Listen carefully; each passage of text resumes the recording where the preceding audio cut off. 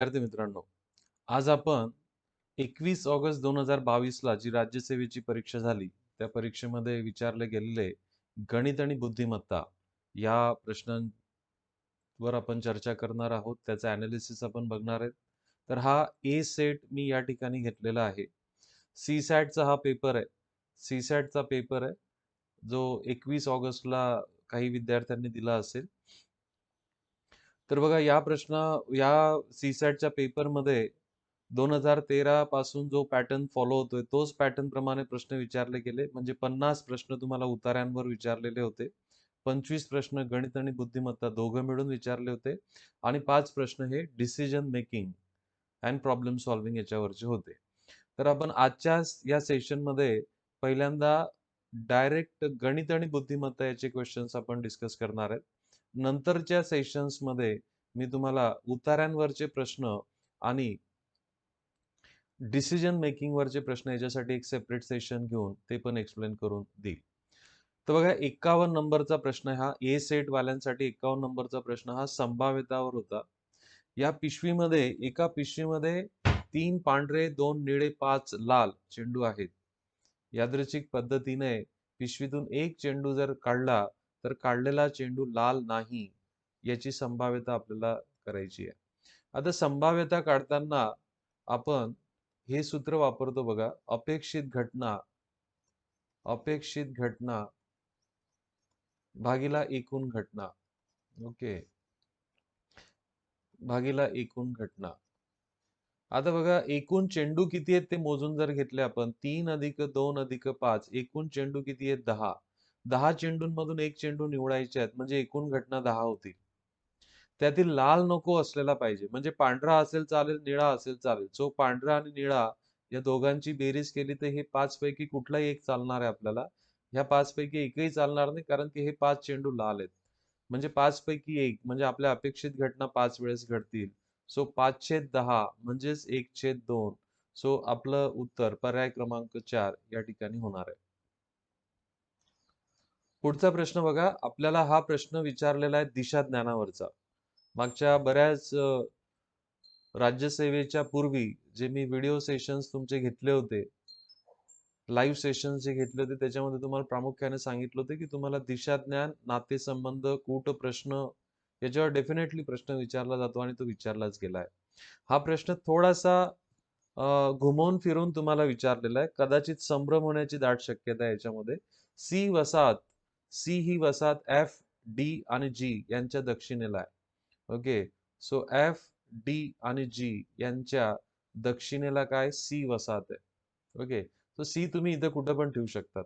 Okay, आता बघा नंतर काय म्हणतोय, सी आणि ए या ई च्या पूर्वेला आहेत. म्हणजे ई इथं आहे, ई च्या पूर्वेला सी आणि ए असेल. तर ए कुठे आहे नेमकं अजून आपल्याला माहिती नाही. ए सी च्या डावीकडे उजवीकडे आपल्याला माहिती नाही. बी ही वसाहत सी आणि ए च्या पश्चिमेला आहे. सो बी ही वसाहत सी आणि ए च्या पश्चिमेला आहे. म्हणजे इथं असेल. ए कुठेतरी इकडं आपल्याला ठेवावं लागणार आहे. ए एक तर मी इथं ठेवू शकतो किंवा इथं ठेवू शकतो. ओके, नंतर बघा काय म्हटलंय, ए आणि बी ह्या वसाहती सी च्या दक्षिणेला आहेत. आता ह्या दोघं मी इथून कट करतोय आणि दक्षिणेला म्हणजे खाली घेऊन जातो मी यांना. सो या ठिकाणी मी इथं बीट जर ठेवला तर इथं तुमचा ए असणार आहे. ओके, तर आपल्याला काय विचारलं होतं इथं, खालील निश्चितपणे सत्य असणारं विधान आपल्याला विचारलेलं आहे. तर बी ही वसाहत ई च्या पूर्वेला आहे. बी वसाहत ई च्या पूर्वेला आहे का? ई च्या पूर्वेला ती नाही आहे, कारण की हा कोपरा येणार आहे इकडं आणि पूर्व दिशा ही अशी येते, म्हणून हा पर्याय गेला. जी ही वसाहत ए च्या पश्चिमेला आहे. जी वसाहत ए च्या पश्चिमेला, तर हे ते बिलकुल सत्य नाहीये, गेलं. आपल्याला निश्चितपणे सत्य विधान निवडायचं आहे. जी वसाहत बी च्या उत्तरेला आहे. अ, बघा आता आता हा बी आणि ए तुम्ही कुठं पण सरकवू शकतात बघा. त्याला जर इथं आपण जर असं सरकवला तरी चालेल. तर जी वसाहत बी च्या उत्तरेला आपल्याला इथं सांगता येईल. बघू आपण याला होल्ड करू. पुढचं बघा, ई वसाहत डी च्या दक्षिणेला आहे. ई वसाहत डी च्या दक्षिणेला नाही, हे पण सत्य नाही. म्हणून याच्यातून जर तुम्हाला घ्यायचं असेल तर पर्याय क्रमांक 3 त्यातला त्यात योग्य वाटतोय. पुढचा प्रश्न बघा, कूट प्रश्नांवरचा होता. यामध्ये काय म्हटलंय बघा, प्रत्येक 25 फुले असलेली 5 हार गुंफण्यासाठी 5 मुले बागेमध्ये फुले गोळा करतायत. गोळा करून झाल्यानंतर ठरलेल्या वेळेच्या शेवटी सर्वांना समान संख्येने फुले असतील याची खात्री करण्याचा निर्णय त्यांनी घेतला. सर्वांकडे सारखे फुलं असले पाहिजे. त्यातील चौघांकडे हारात गुंफण्यासाठी ठरलेल्या संख्येपेक्षा 2 ने फुले कमी होती. आता बघा, हारात गुंफण्यासाठी 25 फुले लागतील असं ठरवलं होतं. पण 4 लोकांकडे 2-2 फुलं कमी होती. म्हणजे यांच्याकडे फुलांची संख्या असेल 23, 23, 23. या 4 लोकांकडे 23 फुलं आलेत आणि एकूण मुलं 5 होते. आता बघा, सर्वात लहान मुलगी आवश्यक तेवढी फुले गोळा करू शकली नाही. त्यामुळे सर्वांकडच्या फुलांची संख्या सारखी करण्यासाठी प्रत्येकाने स्वतःकडील फुलांपैकी 3 फुले तिला दिली. आता याने प्रत्येकाने 3 फुले त्या मुलीला दिलेत बघा. तर यांच्याकडची प्रत्येकाची 3 फुले जर आपण काढून घेतली तर सर्वांकडे 20 फुलं झाली. आता हे का करतायत ते? सर्वांकडे सारखे फुलं यायला पाहिजे म्हणून. मग ह्या लहान मुलीकडे पण 20 फुलं यायला पाहिजे होते. यांच्याकडनं 3-3 म्हणजे हिला 12 या फुलं दिले गेलेत. म्हणजे हिच्याकडे अगोदर किती असले पाहिजे? ही व्हॅल्यू किती असली पाहिजे? क्वेश्चन मार्क भाग अधिक 12 बरोबर 20. तर क्वेश्चन मार्कची व्हॅल्यू 8 यायला पाहिजे. तर त्या मुलीकडे सुरुवातीला 8 फुलं होती. पर्याय क्रमांक 3 तुमचं उत्तर या प्रश्नाचं असणार आहे. पुढचा प्रश्न बघा. मध्यांक याच्यावर आहे. कधीतरी 10वी मध्ये आपण हा प्रकार शिकलेला असतो. तर बघा, खालील संख्यांचा मध्यांक x आहे असे मानू. आपल्याला संख्या दिल्या आहेत बघा, इथपर्यंतच्या संख्या आहेत. ओके. आता मध्यांक काढताना काय केलं जातं बघा, दिलेल्या संख्येची चढत्या क्रमात मांडणी केल्यानंतर बरोबर मध्यभागी येणारी संख्या म्हणजे मध्यांक असतो. म्हणजे या संख्यांची मांडणी जर केली बघा, 8 मला सर्वात लहान संख्या दिसते, नंतर 9, नंतर 13. पण 13 किती वेळेस आलाय बघा, हा 1 2 वेळेस 13 आलेला आहे. नंतर 14 आहे, 14 किती वेळेस आलाय, 1 2 3 आणि इकडं पण एक 4. सो 4 वेळेस 14 आहे, 4 वेळेस 14. त्याच्यानंतर 15 पण दिसतोय, 2 वेळेस 15, इनफॅक्ट 3 वेळेस 15 दिसतोय आपल्याला. इथं बघा, 15 इथं आहे, 15 इथं आहे, 15 इथं आहे. 16 पण 2 वेळेस दिसतोय, 16 16 आणि 17 17 मला 2 वेळेस दिसतोय. काउंट करून घ्या, 15 टर्म झाल्यात का बघा. ह्या 3 3 6 3 9 आणि 3 12 आणि 3 15. आता 15 पदं असतील तर 15 पदांचं बरोबर मधलं पद काढण्यासाठी 15 अधिक 1 भागीला 2, सो 16 भागीला 2 बरोबर 8वे पद मधले पद असेल. 8वे पद. सो 1 2 3 4 5 6 7 8. म्हणजे ही पहिली जी शृंखला दिली आहे त्याचा मध्यांक जो आपण x ने डिनोट करतोय त्याची व्हॅल्यू किती झाली? 14. सो x ची व्हॅल्यू झाली 14. इथे लिहून टाकू आपण. आता त्यांनी काय म्हटलंय बघा, की आपल्याला 8 ऐवजी संख्या काय घेतली? 18 घेतली. म्हणजे 8 काढून टाकला आणि इथं 18 जोडलाय. मग मला सांगा, आता हे मधलं पद एकाने पुढे सरकणार आहे. म्हणजे आता मधलं पद तुमचं काय येणार आहे? y येणार, 25 येणार, 15 येणार आहे. आणि जे आपण y ने डिनोट करतोय म्हणजे y ची किंमत झाली तुमची 15. आपल्याला काय विचारलं? x आणि y ची बेरीज. सो 14 अधिक 15, 14 अधिक 15 29 होतो. म्हणून तुमचं उत्तर पर्याय क्रमांक 4 असेल. सरासरीवरचा प्रश्न न विचारता मध्य आणि मध्यांकावरचा प्रश्न या ठिकाणी विचारून घेतलाय. पुढचा प्रश्न बघा, हा सांकेतिक भाषेवरचा आहे. आताच्या ज्या मेन्स परीक्षा झाल्या त्यामध्ये देखील अशाच प्रकारचे प्रश्न विचारण्याचा ट्रेंड आहे. तर बघा, इथं काय म्हणतंय, पुढील दिलेली अभिव्यक्ती अभ्यासून अपरिचित भाषेची संरचना ओळखा आणि यातून 2 गृहिके वापरा. यासाठी 2 गृहिके वापरा. नियमाला अपवाद नाही. फक्त दिलेल्या अभिव्यक्तीतून साधित नियम लागू पडतात. म्हणजे जे दिलंय त्याच्यानुसारच आपल्याला ठरवायचंय. ही सर्व इन्फॉर्मेशन दिली आपल्याला, कशासाठी कोड शोधायचा बघा. The dog is walking to the meadow. Okay. याचा आपल्याला या भाषेत व्यक्त करणारा पर्याय आपल्याला निवडायचा आहे. थोडंसं ऑब्झर्वेशन जर तुम्ही केलं बघा, इथं द डॉग हा शब्द इथं एकदाच आलेला आहे. इथं बघा, कुठं तुम्हाला दिसतंय? या ठिकाणी द डॉग हा शब्द इथं एकदाच आलेला आहे. नंतर द मेडो हा शब्द पण इथे एकदाच आलेला आहे. ओके. आता द मेडो हा पण शब्द बघा कुठं तुम्हाला दुसरीकडे दिसत नाहीये. तर तर मेडोसाठी जर तुम्ही याच्यामध्ये बघितला तर इथं हा जो कोड आहे, हा मेडोसाठी जातोय. म्हणजे कारण तो एकमेव दिसतोय. बाकीचा कोड रिपीट झाले बघा. PEL, तुम्हाला दिसतोय. रिपीट झालेले कोड आहेत. पण हा इथे एकदाच आलाय म्हणजे याचा एकमेव कोड असेल. म्हणजे माझा पर्याय क्रमांक 4 येणार नाही. मला DOWL मला पाहिजेच आहे त्याच्यामध्ये. आय होप हा मुद्दा तुम्हाला समजला असेल. दुसरा महत्वाचा मुद्दा बघा. इथं प्रेपोजिशन फ्रॉम वापरलंय. इथं पण प्रेपोजिशन फॉर्म वापरलाय. तर यांचा शेवट आय ने होतोय. आणि जिथं प्रेपोजिशन टू वापरलेला आहे, त्याचा शेवट आय ने होत नाहीये. इथं जर बघितलं तर प्रेपोजिशन तुमचं काय वापरलेलं आहे? टू वापरलेलं आहे. म्हणजे शेवटी आय चालणार नाही. म्हणून पर्याय क्रमांक 2 पण तुमचा गेला.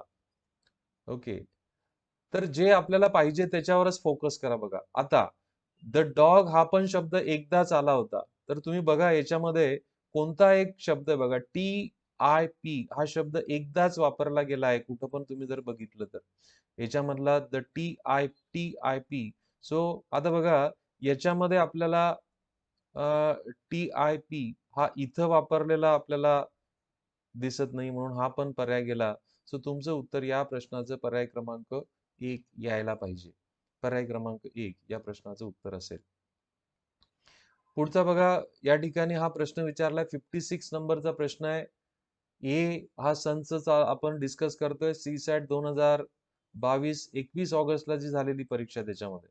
आता इथं त्यांनी म्हटलंय बघा सोबत तेलुगू, हिंदी, मराठी, गुजराती या 4 भाषा बोलणाऱ्या विद्यार्थी दाखवणारी वेन आकृती आपल्याला अभ्यासायची. दिलेल्या भाषा बोलणाऱ्यांची संख्या अनुक्रमे म्हणजे तेलुगू बोलणारे 61 आहेत, हिंदी बोलणारे 65 आहेत, मराठी बोलणारे 73 आहेत आणि गुजराती बोलणारे 69 आहेत.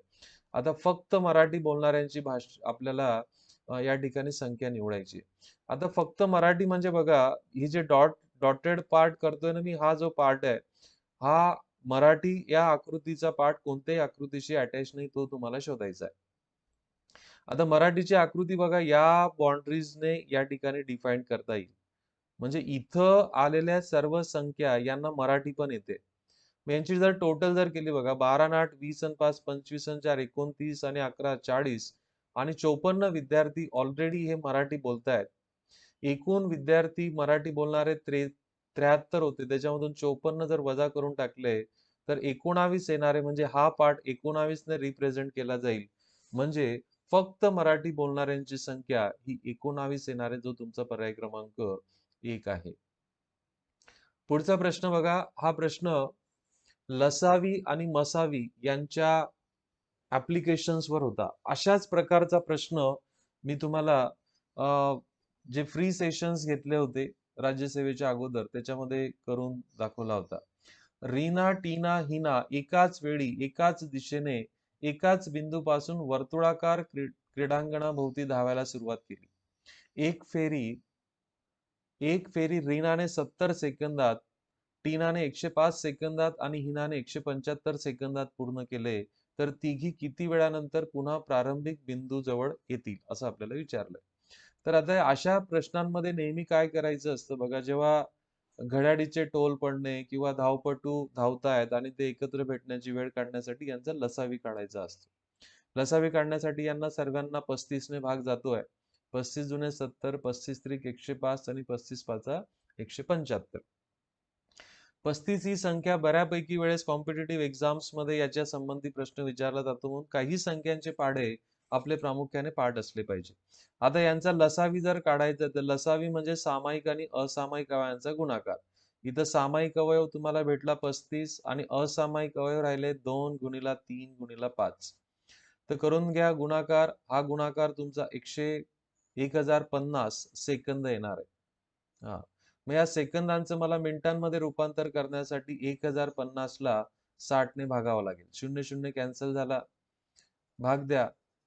17 सक दुओसे खाली उरतील 3 भागीला 6 एवढे मिनिट. ओके सो 3 एक 3 3 दुने 6 म्हणजे 17.1/2 मिनिट म्हणजे 17.5 मिनिट. सो तुमचं उत्तर पर्याय क्रमांक 4 या ठिकाणी येणार आहे 17 मिनिट आणि 30 सेकंद. पुढचा प्रश्न बघा. हा प्रश्न वेळ वेग अंतरावरचा होता. सापेक्ष वेग या पर्टिक्युलर कन्सेप्टचा इथं वापर करायचा आहे. काय म्हणतंय बघा, आगगाडी एम मेरठ वरून 5 वाजता सुटते आणि दिल्लीला सकाळी 9 वाजता पोहोचते. आगगाडी एन दिल्लीवरून सुटते सकाळी 7 वाजता आणि मेरठला 10:30 वाजता पोहोचते. म्हणजे दोन वेगवेगळ्या ठिकाणावरून सुटणाऱ्या गाड्या आहेत आणि दोघांच्या त्यांच्या त्यांच्या स्टेशनवरून सुटण्याच्या वेळा वेगवेगळ्या आहेत. म्हणजे सकाळ एम किती वाजता सुटते? सकाळी 5 वाजता. 5 वाजता सुटते आणि दिल्लीला ती पोहोचली आहे 9 वाजता पोहोचली सकाळीच. म्हणजे तिने हे अंतर पूर्ण करण्यासाठी तिला 4 तासांचा वेळ लागलाय. 4 तासांचा वेळ लागलाय. महत्वाचा मुद्दा आहे बघा. एन गाडी ही दिल्लीवरून सुटते, ती मेरठला जाते. ती सकाळी 7 वाजता जायला तिने सुरुवात केली आणि ती 10:30 वाजता पोहोचली. म्हणजे ती 3.5 तासात ती पोहोचली आहे. 3.5 तास लागले. तर 3.5 तासला थोड्या वेळासाठी आपण 702 तास या ठिकाणी लिहू. ठीक आहे. आता हे दिल्ली आणि मेरठ, हा मेरठ आहे इथं, मेरठ आणि दिल्ली यांच्यातलं अंतर आपल्याला माहिती नाही, तर ते अंतर आपण ह्या वेळेवरून काढून घेऊ. बघा, हे 4 तास आणि 702 तास यांचा लसावी काढून घेऊ, यांचा लसावी. आता बघा, लसावी आणि मसावीचे ऍप्लिकेशन्स तुम्हाला कामात येतातच. याला आपण छेदस्थानी 1 म्हटलं तर अपूर्णांकांचा लसावी कसा काढतो आपण? अंशांचा लसावी म्हणजे 4 आणि 7 यांचा लसावी. आता ह्या गोष्टी तुम्हाला क्विकली यायलाच पाहिजेत. परीक्षेमध्ये आपल्याला एवढं करून चालणार नाही. मी तुम्हाला हे समजावं म्हणून सांगतोय. 4 आणि 7 यांचा लसावी भागीला 1 आणि 2 यांचा मसावी. 4 आणि 7 चा मसावी दोघांचा गुणाकार एवढा होईल आणि 1 आणि 2 चा मसावी एकच होईल. म्हणजे 28 आलं. म्हणून हे अंतर आपण 28 किलोमीटर मानू. तर 28 किलोमीटर जर मानला आता बघा, तर ह्या दोघं गाड्यांचा वेग निघून जाईल. एम ही गाडी 28 किलोमीटर अंतर जर 4 तासात पार करत असेल, तर तिचा वेग झाला बघा 28 भागीला 4 म्हणजे किती झाला? 7 किलोमीटर प्रति तास. आणि या गाडीने हे अंतर 28 किलोमीटर अंतर एन ने किती वेळात पार केलंय? 702. 28 भागीला 702. हा 2 वरती गुणाकारात जाईल म्हणजे भेटेल 56 भागीला 7 म्हणजेच किती आले? 8 किलोमीटर प्रति तास. सो एन चा वेग किती होता? 8 किलोमीटर प्रति तास. आता सापेक्ष वेग बघा. आता ह्या सर्व गोष्टी तुमच्या 10-20 सेकंदात व्हायला पाहिजे, मेंटली व्हायला पाहिजे, मनातल्या मनात. आता दोघं गाड्याचा वेळ आपल्याला सारखं करायचं आहे. कारण सापेक्ष वेग केव्हा काम करतो? की जेव्हा दोघं गाड्या धावत असतील तेव्हा. तर 7 वाजेपर्यंत, सकाळी 7 वाजेपर्यंत 2 तासांमध्ये 7 किलोमीटर प्रति तास याप्रमाणे या गाडीने 14 किलोमीटर अंतर कापलं असेल. याचाच अर्थ असा, जेव्हा एन गाडी तिचं स्टेशन सोडते तेव्हा दोघांमधलं अंतर फक्त 14 किलोमीटर उरलेलं आहे. आता ही गाडी इकडं 7 किलोमीटर प्रति तासाने धावते आणि ही गाडी 8 किलोमीटर प्रति तासाने धावते. मग सांगा, यांचा सापेक्ष वेग किती झाला? दोघं गाड्या विरुद्ध दिशेने धावत असतील तर त्यांचा सापेक्ष वेग दोघांच्या वेगांच्या बेरजे एवढा होतो. म्हणून वेळ शोधताना काय करायचं? आता बघा, वेळ बरोबर अंतर किती बाकी होतं? 14 भागीला सापेक्ष वेग 15 एवढे तास मिळाले तुम्हाला. याचं मिनिटांमध्ये रूपांतर करून टाकू. मिनिटांमध्ये रूपांतर करताना 60 ने गुणून टाका. 15 एक 15, 15 चौक 60, 14 चौक 56 मिनिटं. 56 मिनिटं सारख्या वेळेनंतर, 7 वाजेनंतर 56 मिनिटं म्हणजे सकाळी 7 वाजून 56 मिनिटांनी दोन्ही गाड्या एकमेकास ओलांडतील, असं तुमचं उत्तर असणार आहे. तर हा प्रश्न थोडासा तुमचा जास्त वेळ घेईल. जे विद्यार्थी माझ्या मागच्या बॅचेस केल्या आहेत, ज्यांनी ऍपवर कोर्स विकत घेतलाय, त्यांचं असं लक्षात आलं असेल की हा प्रश्न देखील मी त्या ठिकाणी केला होता. मागचा जो क्रीडांगणाचा प्रश्न होता तो देखील ऍपच्या त्या पर्टिक्युलर कोर्समध्ये मी तुम्हाला एक्सप्लेन करून दिलेला होता. हा पण प्रश्न मी त्याच्यामध्ये टाकलेला होता बघा. आता हा पुढचा प्रश्न खरे खोटे वरचा आहे. अशा प्रकारचे प्रश्न विचारण्याचा ट्रेंड आहे. तर बघा, इथं काय म्हणतोय बघा, कोण्या एका समूहाच्या सर्व व्यक्तींना कोणत्याही प्रश्नाला 2 वाक्यात उत्तरे देण्याची सवय आहे. त्यापैकी एक वाक्य नेहमी सत्य असते आणि दुसरं वाक्य नेहमी कसं असतं? असत्य असतं. या प्रवाशां या प्रवाशांची एक समूहाची 3 व्यक्तींची गाठ पडली. एका प्रवाशाची या समूहाच्या 3 व्यक्तींशी गाठ पडली. त्यापैकी एक व्यक्ती डॉक्टर आहे, दुसरा व्यक्ती वकील आहे, तिसरा व्यक्ती शेतकरी आहे. त्यांच्या व्यवसायाच्या संबंधांच्या प्रश्नाला त्यांनी दिलेली उत्तरे आपल्याला अभ्यासायची आणि त्याच्यातून सत्य विधान आपल्याला निवडायचंय. बघा, प्रत्येकाने 2-2 वाक्यात उत्तरं दिली आहे. याच्यात एक वाक्य सत्य आणि एक वाक्य असत्य आहे. तर हा प्रश्न ॲझम्पशनने जर तुम्ही केला, तर हा लवकरात लवकर सुटू शकतो. जसं आपण जर सत्य मानलं, की एक्स डॉक्टर आहे. एक्स व्यक्ती डॉक्टर आहे, हे जर सत्य मानलं आणि आपण सर्व त्यांची विधानं चेक करून बघितले, तर ते विधानांमध्ये मला एक विधान सत्य यायला पाहिजे आणि एक विधान असत्य यायला पाहिजे. बघा, आपण एक्सचे विधानं चेक करून बघू. एक्स काय म्हणतोय बघा, मी शेतकरी नाही. बरोबर आहे, कारण तो डॉक्टर आहे असं आपण सत्य मानलंय. हे विधान त्याचं सत्य आहे. झेड शेतकरी नाही. आता बघा, झेडच्या बाबतीमध्ये पण आपण इथं विचार करून घेऊ आता. आता झेड शेतकरी नाही असं जर हे विधान आपण त्याचं असत्य मानलं, तर काय होणार आहे बघा. झेड शेतकरी नाही हे जर असत्य मानलं, तर झेड वकील व्हायला पाहिजे आणि मग वाय शेतकरी व्हायला पाहिजे. मग या बेसिसवर आपल्याला या तिघांच्या वाक्यांमध्ये एक सत्य एक असत्य येते का बघून घेऊ. आता बघा, वाय काय म्हणतोय, एक्स वकील नाही हे सत्य म्हणतोय तो, आणि झेड शेतकरी आहे, झेड शेतकरी आहे हे असत्य म्हणतोय, कारण की झेड काय वकील आहे. पुढे काय म्हणतोय बघा, झेडचं एक वाक्य बघू आपण, एक्स डॉक्टर नाही हे असत्य बोलतोय तो, असत्य बोलतोय, असत्य बोलतोय, कारण की एक्स डॉक्टरच आहे आणि मी शेतकरी नाही, मी शेतकरी नाही. आता बघा, झेडच्या बाबतीमध्ये आपण जर बघितलं, तर हा एक्स डॉक्टर नाही हे वाक्य त्याचं असत्य आहे. दुसरं, मी शेतकरी नाही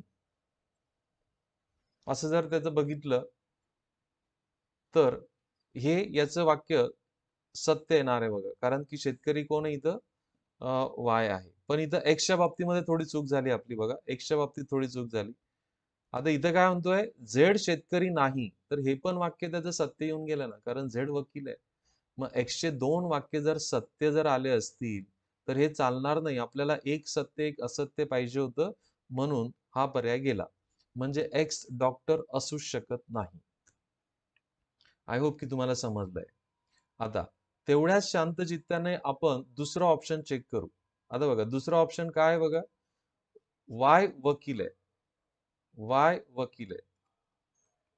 आता एक्स डॉक्टर नाहीये, कारण आपल्या त्या पहिल्या पर्यायाने आपल्याला डिसाईड झालंय, म्हणजे तो शेतकरी असला पाहिजे. मग एक्स जर शेतकरी असेल, तर झेड डॉक्टर असायला पाहिजे. चला, या तिघांचे वाक्य आपण चेक करू आता. हा, एक्स काय म्हणतोय, मी शेतकरी नाही, असत्य बोलतोय, कारण तोच तर शेतकरी आहे. इथं याच्यावर फोकस करा आता. झेड शेतकरी नाही, तर हे वाक्य तो सत्य बोलतोय. वायच्या बाबतीत बघा, एक्स वकील नाही हे सत्य बोलतोय हा, आणि झेड शेतकरी आहे हे असत्य बोलतोय. झेड शेतकरी आहे हे असत्य बोलतोय.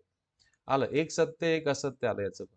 झेडच्या बाबतीत बघा, एक्स डॉक्टर नाही हे सत्य बोलतोय आणि मी शेतकरी नाही हे पण सत्य बोलतोय, कारण तो डॉक्टर आहे. तर याचे दोघं विधानं काय आले, सत्य आले बघा. आणि आपल्याला एक सत्य एक असत्य पाहिजे असतो, म्हणून हे पण चालणार नाही. आय होप की तुम्हाला हे समजतंय. ओके.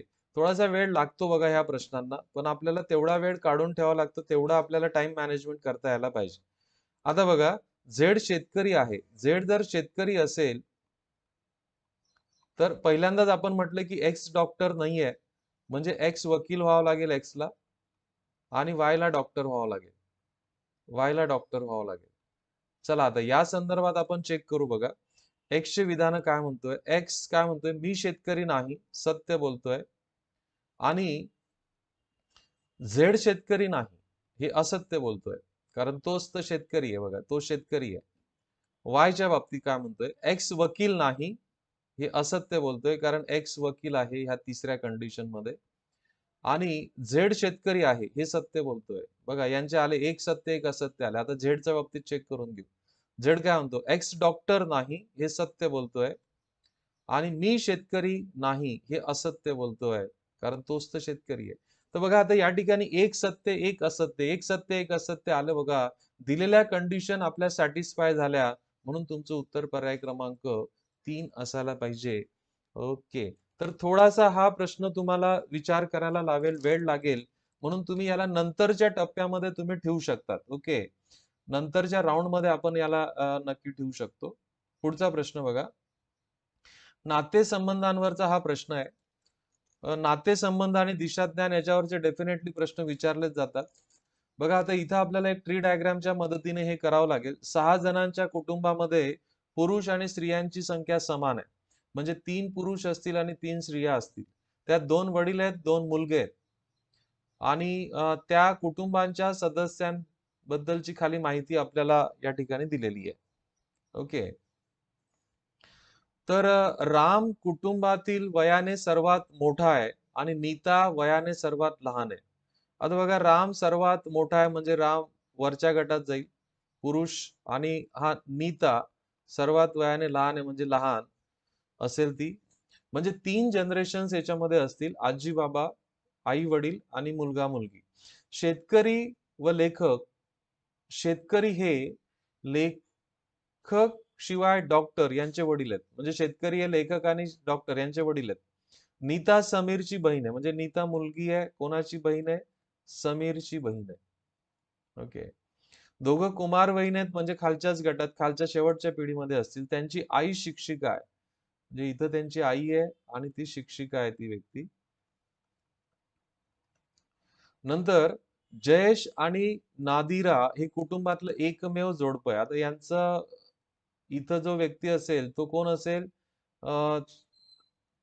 ही नादिरा असणार आहे आणि हा जयेश असणार आहे. जयेश असेल. ॲनाचे लग्न झालेले नाही व ती रामची मुलगी. रामची मुलगी कोण आहे, ॲना आहे.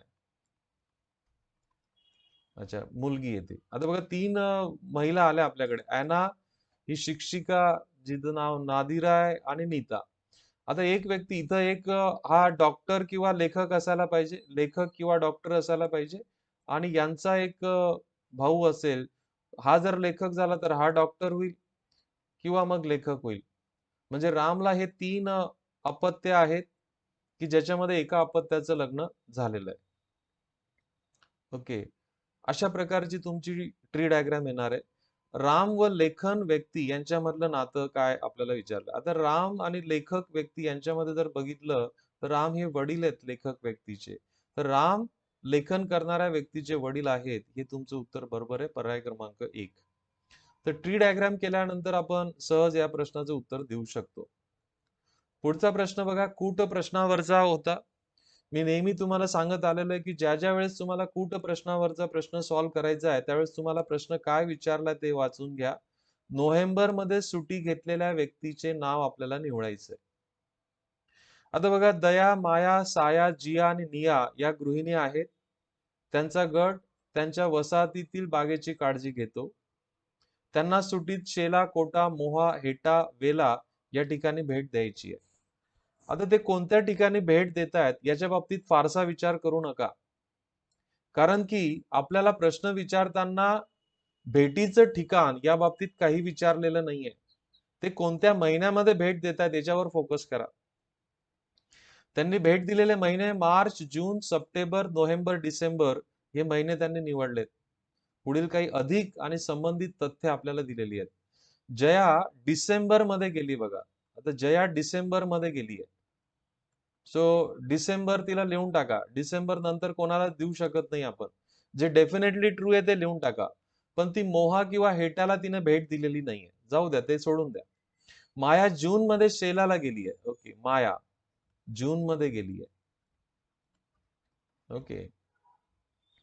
पुढे बघा, दया कोटाला गेली पण ती मार्च आणि सप्टेंबर मध्ये गेली नाही, दया.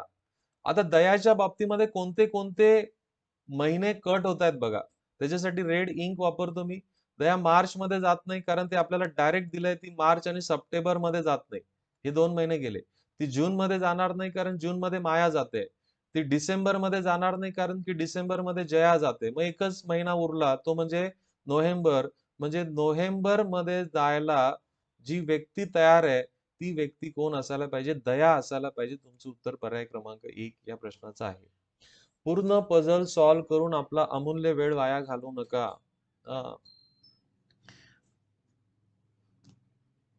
पुढचा प्रश्न बघा, हा तर्क आणि अनुमान बघा, दिशा ज्ञान, नातेसंबंध, तर्क अनुमान, वेन आकृती, कूट प्रश्न, अरिथमेटिक रिझनिंग डेफिनेटली विचारले जाणारे प्रश्न असतात.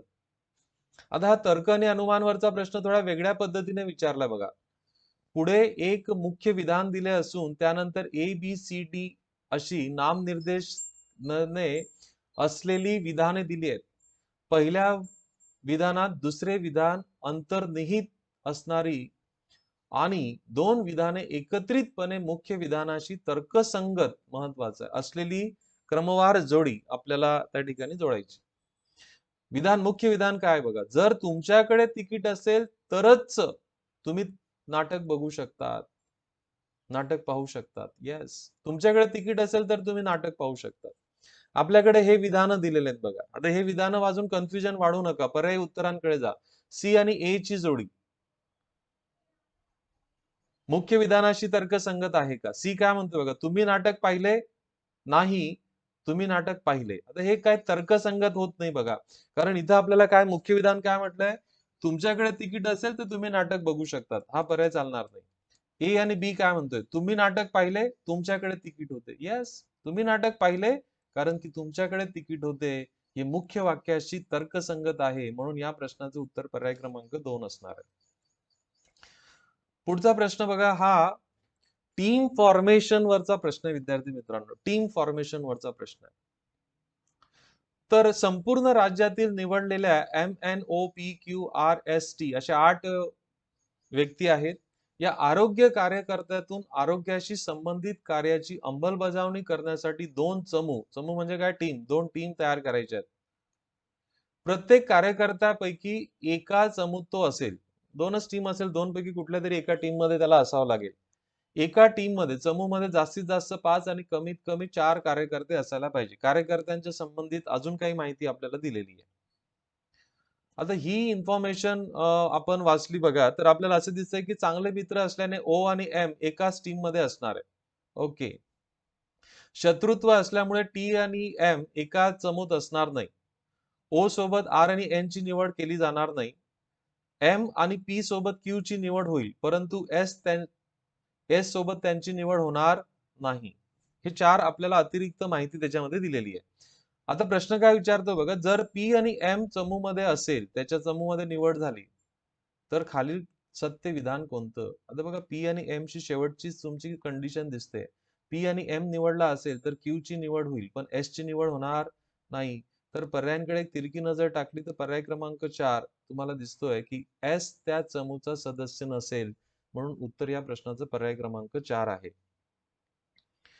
पुढचा प्रश्न बघा, हा डाटा इंटरप्रिटेशन वरचा प्रश्न आहे. तर हा बऱ्यापैकी आपल्याला खूप व्यवस्थित याला वाचन पण करायचं आहे आणि लॉजिकल वेने आपल्याला याला जावं लागेल बघा. आयशा पदवीसाठी 1950 ते 2010 या कालखंडातील साहित्याचा अभ्यास करत आहे. अभ्यासासाठी तिने पुस्तक खरेदी करण्याचे ठरवले. स्थानिक दुकानात उपलब्ध असलेल्या 5 पुस्तकांची माहिती तिला खाली दिलेली आहे. आता तिचा कालखंड कोणता आहे बघा, या कालखंडासाठी ती अभ्यास करते. मग इथं हा कालखंड 1950 ते 2020 आहे, तर हा कालखंड इन्क्लूड आहे त्याच्यामध्ये. 1900 ते 2020 हा पण इन्क्लूड आहे. 1800 तर 50 ते 2010 हा पण इन्क्लूड आहे.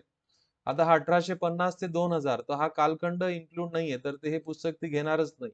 जरी उपलब्ध असलं तरी हे पुस्तक ती घेणारच नाहीये, कारण तिला जो अभ्यास करायचा तो कालखंड 2010 पर्यंत नाहीये. 1800 ते 2020 मध्ये 1950 ते 2000 चा कालखंड येईल.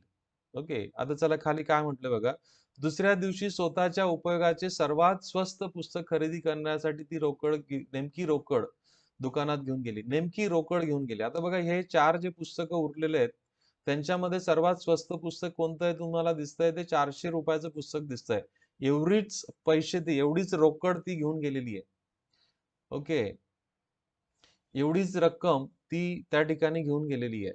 ओके. तर आपण आता थोडासा विचार केला बघा, तर ह्या पुस्तकापेक्षा तिच्या स्वतःच्या उपयोगाचे असं म्हटलंय. तर तिच्या उपयोगाचं पुस्तक 400 रुपयापेक्षा 450 रुपयाचं पुस्तक तिच्या जास्त उपयोगाचं आपल्याला दिसतंय का? कारण की हा कालखंड 1950 ते 2010 पर्यंत आहे. आता इथं 100 वर्षाचा हा जो कालावधी आहे, याच्यामध्ये 100 वर्षाचा कालखंड जास्त आहे. इथं फक्त 10च वर्षाचा कालखंड जास्त आहे. म्हणजे हे पुस्तक तिच्या जास्त उपयोगाचं असेल. हे पुस्तक तिच्या जास्त उपयोगाचं असेल. म्हणजे ती 450 रुपये एवढी रोकड रक्कम ती घेऊन गेलेली आहे दुकानामध्ये. पण ती ज्यावेळेस पुस्तक खरेदी करायला गेली तेव्हा 20% पुस्तक कमी विकलं जात होतं. तर तिने तिच्याजवळ असलेल्या पैशातून तिच्या उपयोगाचे स्वतःच्या उपयोगाचे सर्वात किमतीची पुस्तकं तिने घेतली. आता यांच्यामध्ये सर्वात किमतीचं पुस्तक कुठलं बघा, तिच्या उपयोगाचं सर्वात किमतीचं पुस्तक 600 रुपयाचं पुस्तक जर तिने 20% डिस्काउंटने घेतलं तर ते 480 रुपयाला आलं असतं.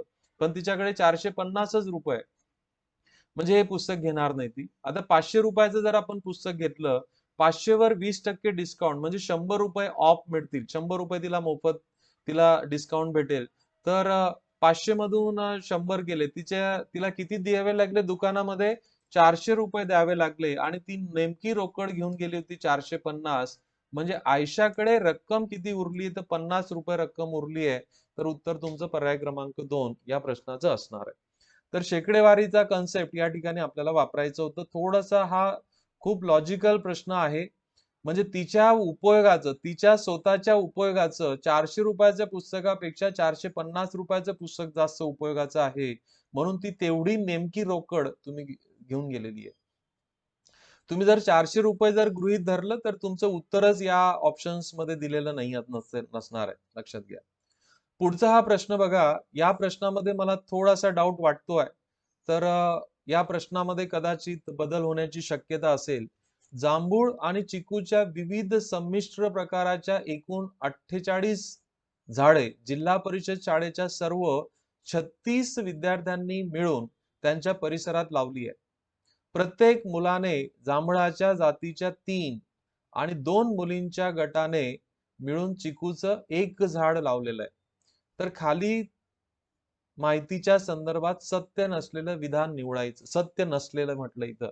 तर मला डाऊट आहे इथं सत्य असलेलं विधान त्यांनी दिलेलं आहे. बाकीचे ह्या केसेसमध्ये फारसा वरची इन्फॉर्मेशन लागू पडत नाहीये. पण पहिलं जर विधान तुम्ही बघितलं, शाळेतील मुलांपेक्षा 12 मुली जास्त आहेत. म्हणजे बघा, मुले आणि मुली जर आपण बघितल्या, तर शाळेतील मुलांपेक्षा मुली 12 ने जास्त आहेत. म्हणजे मुलांची संख्या जर आपण 12 घेतली, तर मुलींची संख्या 24 होणार आहे.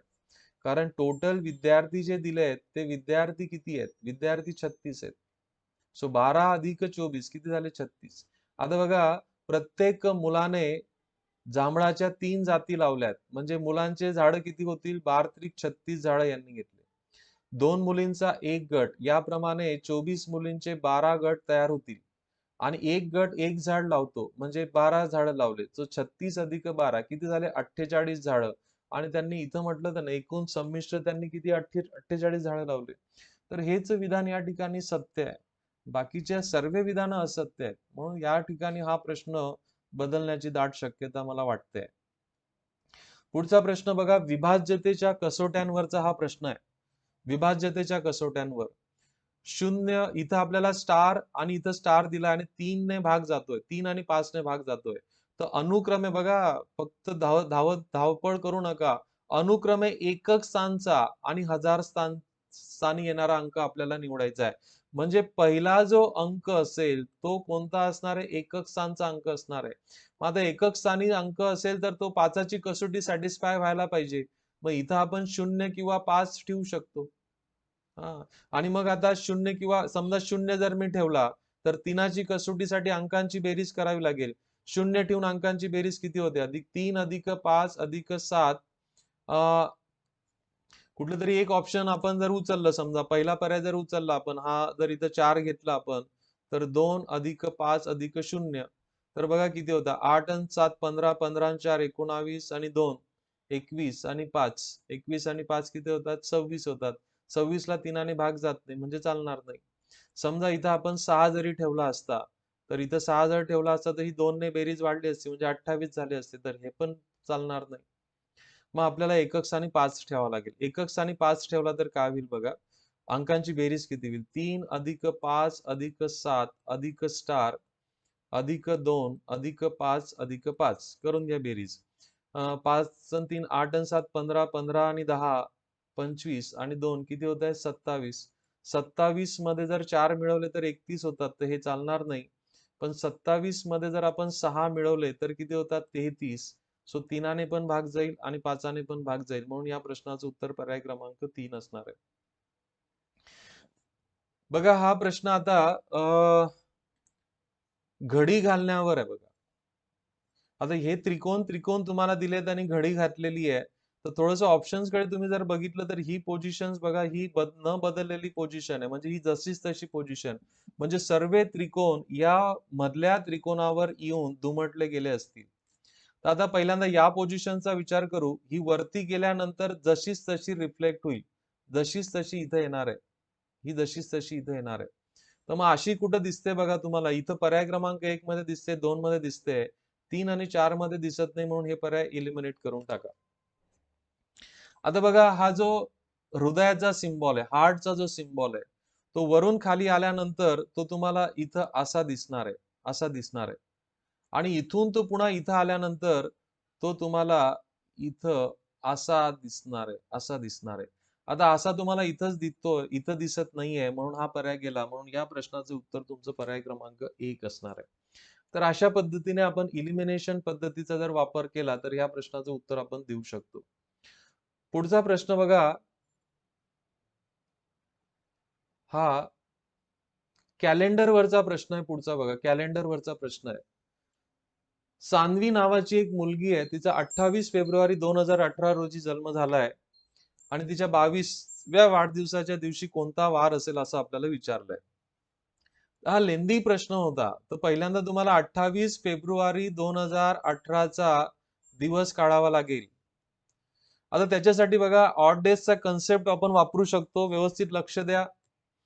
2018च्या अगोदर 2017 पर्यंतचे वर्ष कंप्लीट झाले असतील. आता याच्यातले जास्तीचे दिवस काढण्यासाठी मी याची फोड अशी करतोय बघा, 2000 अधिक 17. ज्यांनी ज्यांनी माझं कॅलेंडरवरचं लेक्चर केलं असेल त्यांना हे समजेल आता मी काय करतोय ते. 2000 वर्षांमध्ये ऑड डेज किती येतात, 0 ऑड डेज येतात. आता ह्या 17 वर्षांमध्ये 4 वर्ष लीप वर्ष असतील, 4 लीप वर्ष असतील आणि 13 साधारण वर्ष असतील, साधारण वर्ष. आणि एका लीप वर्षामध्ये 2 ऑड डेज येतात, तर 4 लीप वर्षांमध्ये 8 ऑड डेज येतील. एका साधारण वर्षामध्ये एकच ऑड डे येतो, सो हे 13 ऑड डे झाले. सो 0 अधिक 13 किती झाले, 21. 21 ला 7 ने पूर्ण भाग जातो, म्हणून इथं 0 ऑड डेज म्हणू आपण. सो 2017 पर्यंत 0 ऑड डेज आले. आता आपल्याला 2018च्या फक्त 28 फेब्रुवारी पर्यंत जायचंय, म्हणजे 31 जानेवारी मध्ये 3 ऑड डेज येतील, अधिक 28 फेब्रुवारी मध्ये 0 ऑड डेज येईल, म्हणजे इथं तुमचे 3 ऑड डे झाले. Okay, so total odd days करा बघा, पहिल्या स्टेप मधले 0, दुसऱ्या स्टेप मधले 3, टोटल ऑड डे झाले 3 ऑड डेज, आणि 3 ऑड डे हा बुधवारचा कोड आहे, आठवड्याचा तिसरा वार. म्हणजे याचा अर्थ 28 फेब्रुवारी 2018 रोजी कोणता वार होता, बुधवार होता. आता तिचा 22वा वाढदिवस, म्हणजे 22 वर्ष, 22 वर्ष आपल्याला पुढे जायचंय. आता आपण जर असं मानलं प्रत्येक वर्ष साधारण वर्ष जर आपण मानलं तर 22 ऑड डेज येतील, 22 ऑड डेज येतील. पण प्रत्येक वर्ष साधारण वर्ष राहणार नाही. 2018 नंतर बघा 2020 लीप वर्ष असेल, 2024 लीप वर्ष असेल, 2028 लीप वर्ष असेल, 2032 लीप वर्ष असेल आणि 2036 लीप वर्ष असेल. 22 वर्ष पुढे जायचे म्हणजे आपल्याला 2040 ची आपल्याला डेट काढायची आहे. आता 2040 ची जरी डेट काढायची असेल तरी तो वर्ष घेऊ नका, कारण इथं डेट फक्त 28 फेब्रुवारी पर्यंत आपल्याला थांबायचं आहे. तर बघा एवढे जास्तीचे दिवस ऍड होतील त्याच्यात यांचे, कारण लीप वर्षामध्ये एक दिवस जास्त येतो. 1 2 3 4 5 दिवस ऍड होतील, म्हणजे 27 ऑड डेज झाले. 27 ऑड डेज, साताने भाग द्या याला. साताने जर भाग दिला तर तुमचं 6 ऑड डेज उरणार आहे. म्हणजे बुधवारच्या पुढे तुम्हाला 6 दिवस जायचंय. बुधवारच्या पुढे 6 दिवस. बुधवारच्या पुढे 6 दिवस म्हणजे एक दिवस मागे, तर तुमचं वार मंगळवार त्या ठिकाणी यायला पाहिजे. तर असा हा लेंदी प्रश्न होता विद्यार्थी मित्रांनो. त्यांनी जर कदाचित 28 फेब्रुवारी 2018 चा वार तुम्हाला देऊन टाकला असता, तर हा प्रश्न सोपा झाला असता, लवकरात लवकर झाला असता. पण तो पण वार आपल्याला त्या ठिकाणी काढायचा होता. ऍप मध्ये जो कोर्स दिलेला आहे, माझ्या ज्या बॅचेस होतात त्या बॅचेस मध्ये तुम्हाला कॅलेंडरचा कोणत्याही तारखेचा, कोणतीही तारीख असो, 400 वर्षापूर्वीची, 1000 वर्षापूर्वीची असो, 1000 वर्षापूर्वी पुढची असो, त्याचे दिवस देखील तुम्हाला काढता येतात. अशी ट्रिक मी तुम्हाला शेअर करतो नेहमी. तुम्हाला जर लक्षात असेल विद्यार्थी मित्रांनो, ती मी दीपस्तंभच्या माध्यमातून आणि माझ्या चॅनलवर देखील जेव्हा टॉपिक्स घेतले होते, तेव्हा या प्रकारचे प्रश्न डेफिनेटली त्या ठिकाणी डिस्कस केलेले आहेत काम कार्डवरचे. आणि वेळ वेग अंतर आणि काम कार्ड हे टॉपिक मी पहिल्यांदाच करायला घेतले होते तेवढ्यासाठी. आता बघा, ए आणि बी एक काम 15 दिवसात आणि 10 दिवसात करतो. असं मानू की दोघांना आपण 30 खेंड्यांचं काम दिलं होतं. तर एका दिवसात 1 डे मध्ये ते किती काम करतील? ए 2 युनिट करेल, 2 टॉईज बनवेल आणि बी 3 टॉईज बनवेल. म्हणजे दोघं मिळून जेव्हा काम करतात ते 5 टॉईज बनवतात. काय म्हणतात, दोघांनी एकत्र काम सुरू केले, परंतु 2 दिवसानंतर बी ला काम सोडावे लागले. मग एका दिवसात दोघांनी मिळून 5 टॉईज बनवतात ते. 2 दिवसात त्यांनी 10 टॉईज बनवले असतील, म्हणजे 30 टॉईज त्यांना बनवायचे होते. त्याच्यातले 2 दिवसात त्यांनी 10 टॉईज बनवून टाकले, 10 खेळणी बनवून टाकले. 20 टॉईज उरले आणि बी सोडून गेला. आता आता हे काम कोणाला करायचं? ए ला करायचंय. आणि ए ची क्षमता एका दिवसात 2 खेळणी बनवायची आहे. तर हे 20 खेळणी बनवायला त्याला 20 भागीला 2 किती दिवस लागतील? 10 दिवस लागतील. आपल्याला काय विचारलं, हे काम किती दिवसात पूर्ण झालं?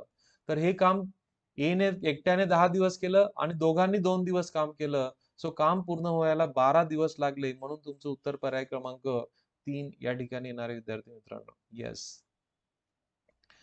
आता बघा, एक अजून या ठिकाणी हा प्रश्न विचारलेला आहे नॉन व्हर्बल रिझनिंग वरचा. तर या प्रश्नामध्ये पण थोडी शंका मला या ठिकाणी वाटते. बघा लॉजिक काय वापरलं या ठिकाणी.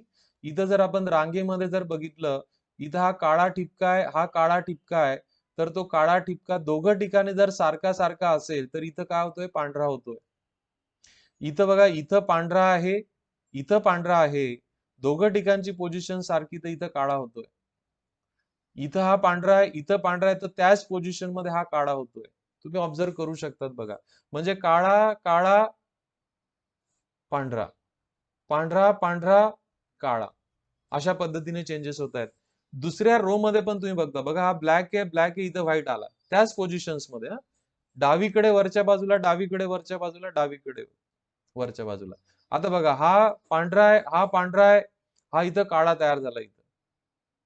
आणि बाकीच्या ज्या पोझिशन सारख्या नाही बघा, इथं काळा आहे, इथं काळा आहे, तर इथं पांढरा तयार झालाय. ज्या पोझिशन सारख्या नाही आहेत तिथं तो रिपीट होतच नाही. म्हणजे इथं काळा होता, इथं पांढरा होता, तर इथं आलाच नाही तो. लक्षात घ्या. आणि म्हणून या ठिकाणी बघा, इथं काळा येतोय तर इथं पांढरा असेल तर इथं पण पांढरा असायला पाहिजे, जेणेकरून इथं काळा येईल. इथं पांढरा गोल तुम्हाला दिसतोय, म्हणजे इथं काळा असेल तर इथं पण काळा असायलाच पाहिजे. तर ह्या दोन पोझिशन्स मला ह्या पण पर्यायामध्ये दिसत आहेत, ह्या पण पर्यायामध्ये दिसत आहेत. बाकीच्या ठिकाणी तुम्ही या दोन पोझिशन्सच्या बाबतीमध्ये डाऊट आहे. म्हणून ह्या दोघांपैकी कुठला तरी एक पर्याय तुमचं उत्तर हा असायला पाहिजे. ठीक आहे. तर अशा प्रकारे विद्यार्थी मित्रांनो, आज आपण सीसॅट मध्ये विचारलेल्या सर्व प्रश्नांचं आपण अनालिसिस केलंय. प्रामुख्याने आपण गणित आणि बुद्धिमत्ता याच्यावर त्या ठिकाणी फोकस केलेला आहे. आय होप की तुम्हाला गोष्टी समजल्या असतील. Thank you very much. Bye bye. Happy learning.